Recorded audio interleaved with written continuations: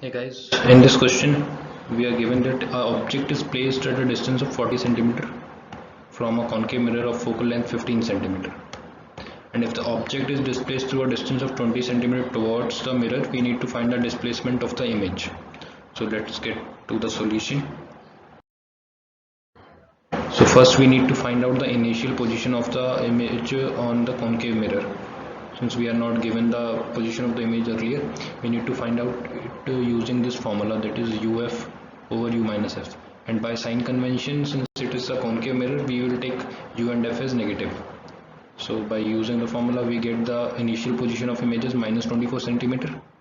And similarly, we will calculate the final position of image using the same formula, and by sign convention we will take the value of u and f, that is the positioning of object and the focal length of the concave mirror is negative, and this will give us the final image of the final position of the image as minus 60 centimeters. So we just need to subtract the final position and the initial position, so we will get the displacement of the image, that is v2 minus v1, and we get minus 36 centimeters, which is the displacement. So the image will be 36 centimeter away from the mirror.